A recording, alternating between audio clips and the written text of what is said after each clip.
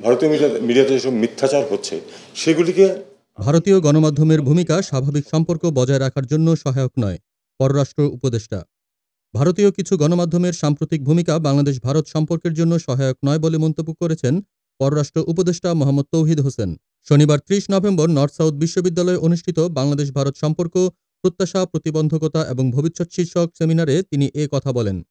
তৌহিদ হোসেন বলেন, বাংলাদেশের সাম্প্রতিক ঘটনা ও পরিস্থিতি নিয়ে ভারতীয় গণমাধ্যম যেভাবে প্রচার চালাচ্ছে তা দুই দেশের মধ্যে স্বাভাবিক সম্পর্ক প্রতিষ্ঠার পথে বাধা সৃষ্টি করছে।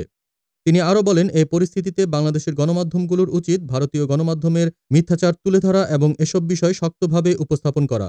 তিনি উল্লেখ করেন, প্রতিবেশী দেশের প্রভাব থাকবেই, কিন্তু আমাদের ঘর গোছানো জরুরি, যাতে কেউ অযাচিত প্রভাব বিস্তার করতে না পারে।